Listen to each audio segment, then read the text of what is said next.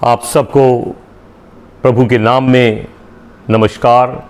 जय मसीह की कि परमेश्वर ने आज एक और नया मौका दिया है, एक और नया दिन दिखाया है।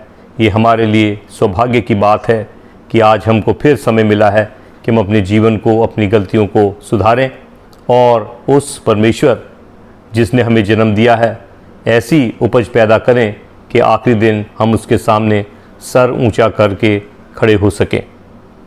इस समाज के अंदर जहां हमने जन्म लिया है, जहां रहते हैं, दो तरह के लोग हमको देखने को मिलते हैं।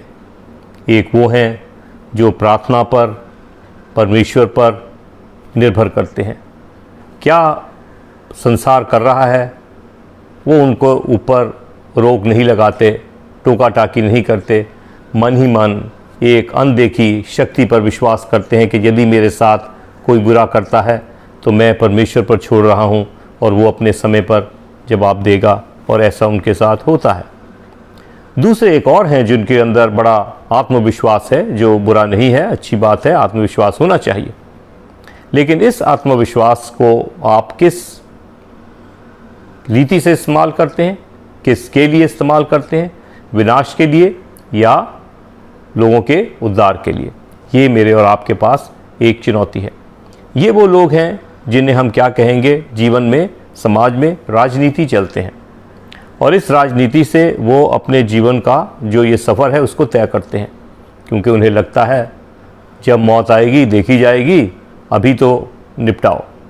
और इससे क्या है, इस संसार के अंदर जो नादान परमेश्वर पर निर्भर करने वाले लोग हैं, वो लोग उनकी शरारत या उनकी जो अंदर एक ऐसा तत्व है जो लोगों को विनाश में लगा है, उसके बेचारे ये परमेश्वर पर विश्वास करने वाले लोग शिकार उनके बन जाते हैं। और यहीं पर आज आवश्यकता है कि मैं और आप अपने आप से पूछें, मैं इस संसार में जो समय परमेश्वर ने मुझे दिया है, मैं उस समय का उपयोग कर रहा हूँ या मैं उसका दुरुपयोग कर रहा हूँ? यदि मुझे ये समय मिला है, मैं ये बात कतई ना भूलूँ कि ये जो जीवन समय प्रभु ने दिया है, जिसे मैं कहूँगा God of A second chance, उसने इसलिए दिया कि मैं कल की गलतियों को सुधार के आज थोड़ा सुधर जाऊँ, ताकि मेरी इस जीवन से लोगों का उद्धार हो, लोगों की भलाई हो, और ऐसा ना हो कि मेरी करनी से किसी को नुकसान पहुँचे। लेकिन दुर्भाग्य से मैं जिन दूसरे लोगों की बात कर रहा हूँ, वो तो ऐसे हैं कि उनके अंदर एक शरारत है, एक शैतानी शक्ति है, जिन्होंने जब तक दूसरों को नुकसान नहीं कर लिया, उनकी रेपुटेशन पर अटैक नहीं किया, लोगों को बरगला नहीं दिया, और जो समाज में लोग परमेश्वर पर विश्वास कर रहे हैं उन पर कुछ ऐसा खेल खेला कि उनके बने बनाए घर परिवार बर्बाद हो जाएं, कि उनका बना बनाए करियर बिगड़ जाए, जो अंदर उनका आत्मविश्वास बना है वो टूट जाए, और इस सिलसिले में वो लगे हैं। लेकिन एक बात जो हमारी याद रखने की हमारे लिए है, वो है हमारी कि हम इस बात को सदा याद रखें कि ये जीवन, जैसे मैंने कहा, ये इसका लेखा मुझे और आपको देना है, क्योंकि हम वहीं से आए हैं और हमें वहीं लौटना है। तो काश हम ऐसी अपने जीवन में ऐसी बातों को चुनें कि जिन बातों का चुनाव हम करें वो लोगों की उद्धार के लिए हो, उन बातों को करें जिससे लोगों की भलाई हो, और ऐसी बातों से दूर रहें जिससे लोगों का विनाश और नुकसान होता है। जीवन बने, ये संसार बड़ा एक सुंदर समय कि हमारे लिए पैदा करे कि हम ना केवल यहीं पर इस जीवन का आनंद उठाएं, बल्कि वो स्वर्गीय आनंद जिसको वादा प्रभु ने हमसे किया है। परमेश्वर हम सबको आशीष दे कि हम सही चुनाव करें। आमीन।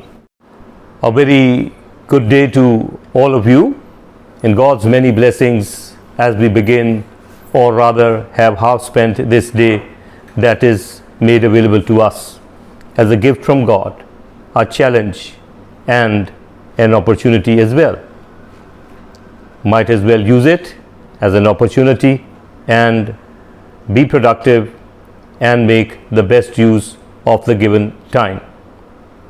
Friends, observation tells that there are two kinds of people that exist in our society. Ones are those who depend on God, on prayer, on meditation, and their entire dependence, whom I would call the prayer dependent people.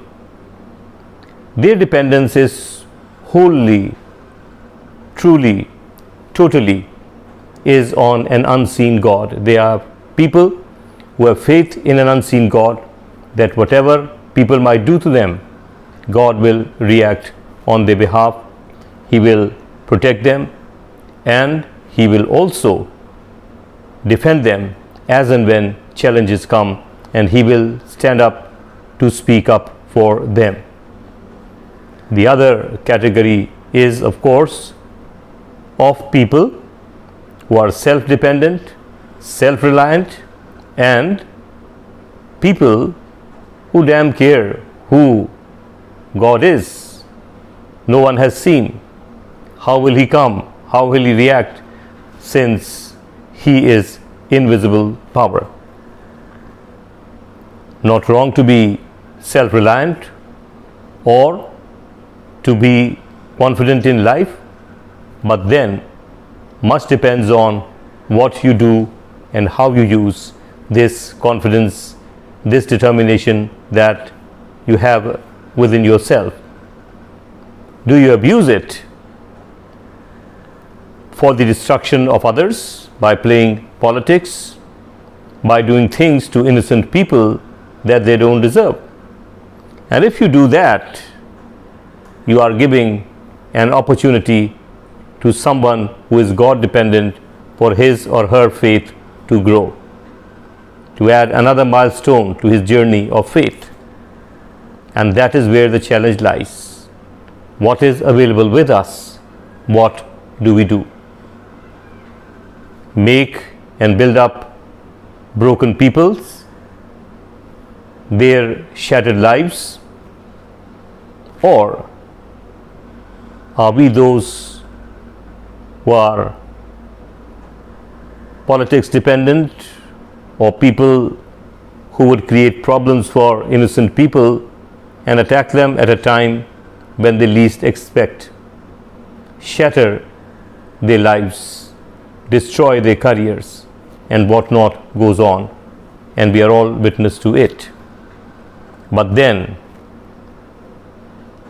this is something that increases the faith of a God-dependent person who has faith in God, because that is the time he sees the glory and the involvement of an unseen God, and his faith enhances, his experience in God or with God enriches, and that is what is the choice you and I have to make, to remain dependent on that unseen God, because that is where we came from, and that is where we have to return, because this life that He has given us, this opportunity that we have today, is accountability.